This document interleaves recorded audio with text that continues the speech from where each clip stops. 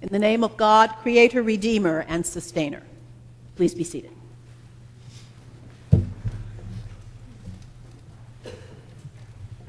Water. Water is so important to our lives. We even got a little bit this morning. I was kind of concerned that people would hear snow and run away, but then I could hardly see any. I just had one wipe of the windshield, and it was cleared. But water is important to our lives. It's so important. We need it for drinking, for washing, for cooking, for cleaning, all the things that we do. It's so important. And the Israelites, well, actually, they weren't even Israelites yet. They found themselves in the wilderness, and they don't have any water. They're in a desert, and they don't have any water. And typical human beings, they start mumbling and complaining and groaning. And they start threatening Moses, and Moses is upset. He's like, we're in the desert. What do you expect me to do?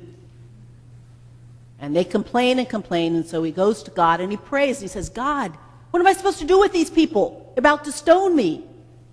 And God understands how we get anxious so quickly, so easily. So he says, go take a group of the leaders, that is witnesses, and take them and go to this rock and tap it with your staff, which you parted the water, and there'll be water for the people. But God was annoyed. He says, all the things I've already done, and they still want proof. They keep testing me and testing me. But God understands we're like that. And though he was angry with them, he still gives us what we need, even though we mumble and grumble about it. So it must have been kind of a refreshing change for Jesus when he meets the woman at the well. You have to have a little background to that story so that you understand why it was such an unusual occurrence. The Samaritans and the Jews didn't speak to one another. They had nothing to do with one another. It'd be like, inviting maybe a Palestinian and a Jew together and expecting them to get along. And that's really tough nowadays, right now. Or different tribes in different places. Or people from different countries, and we don't understand the language, and so it's hard for people to get together. So John says, Jesus had to go through Samaria. But if you look at a map, the usual route to go north would not have to go through Samaria. And so he was deliberate about going to that place, to that city. And I think he was ready to push people beyond their comfort zone, to see how open they were to the message of God, which is inclusive. And so they're going on their journey, and he's tired. He's sitting, the well is just outside the city limits, and he's sitting there resting, waiting for his disciples who've gone in to buy some food for lunch. And this woman comes at noon to draw water. So your first little flag should go up. This is a hot area. The women of the village would come at dawn when it's cool to get the water what they would have to lug back to the town. But she's here by herself in the heat of the day.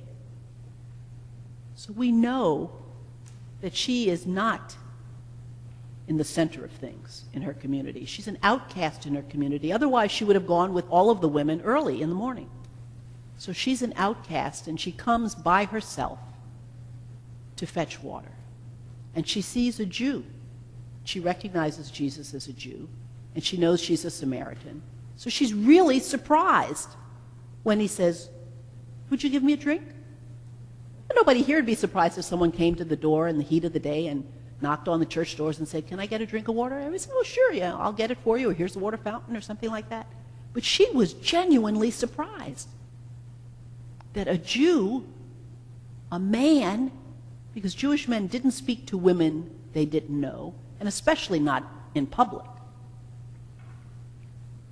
So she was really surprised. And not only did he ask her for a drink, then he chatted with her. And so she's curious. She says, He says, if you knew the gift of God, if you understood who God was, who God is, you wouldn't be asking me. You would be asking me for a drink. And she's like, how could you give me a drink? You don't even have a bucket. You're looking to me for a drink. And he says, what I have to give will quench the thirst that you don't even know you have. You have to come back here every day to get water, and it doesn't last. But the water that I give will well up in you like a spring. And she says, well, that sounds good, because coming in the heat of the day all by herself to get water isn't cool at all. So she said, I want some of that. And they start to talk. And Jesus challenges her right where she needs to be challenged.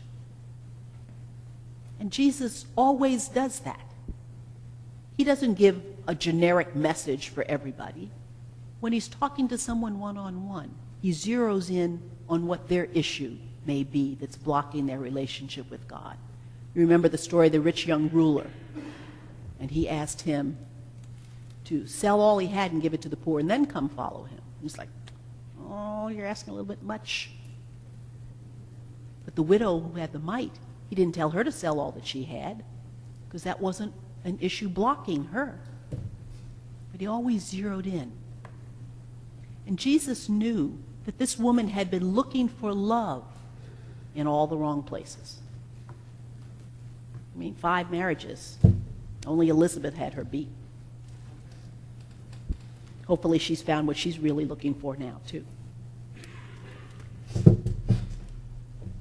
So he says, go get your husband and come back. We'll talk. She's like, I don't have a husband. He said, that's right. 5 you've had. The one you're living with now isn't your husband. She's shocked. She was surprised and curious before. Now she's shocked. How could he possibly know this? She's never seen him before, never seen him in town. How could he know this about her? And he's still talking to her? So they have a theological conversation. Talk about living water, about what God, where you worship God, what's the right place to worship God. And he has a conversation with her she's never had before with anybody. She's barely got anybody to talk with in town. And now he's taking time to talk with a woman. And women weren't allowed to go to the classes where they taught about the Torah, or the scriptures. And when they went to worship, they had to sit behind a curtain. But she's being greeted like she's important and like she matters. And she's never experienced that in her life. Now, the part that I'm going to describe about the husbands is not mine. I heard it in a sermon preached by James Forbes, who's the former pastor of Riverside Church, now retired, in New York. And I heard him preach this 25 years ago. It's not too many sermons that you remember for that many years. But he said, she wasn't a bad woman. So probably what happened, which happens to a lot of people. Maybe this was Elizabeth Taylor's issues too. First husband she married, they knew each other from little children. He was really cute. You know, you've heard your children or yourself that said, oh, he's cute. She thought he was really cute. He thought she was cute. So they got married. But we all know cute doesn't last. You know, puppies are cute. But when they grow up, they're not cute. They may be nice, but they're not cute anymore. So that didn't work out, because that's all they had in common was cute. So the next one was passion. You know, her blood would boil when she saw him coming, and his would boil. And it was like, we all know you can't do it 24 hours a day. So since that's all they had in common, that didn't work. And her parents are getting a little upset, because women at that time had to have a man to support them. They couldn't own property. They couldn't start their own businesses and things like that. So somebody was going to have to take care, and her parents want her out of the house so they can get on with what they have to do. And so they said, well, what about Joseph? You've known Joseph since you were little. You played together. And Joseph's parents were really pressuring him because he had never been married. And for a Jewish man, he was getting kind of old. So they both said, all right, we've been friends, we can do this. But Joseph was gay, so that didn't work.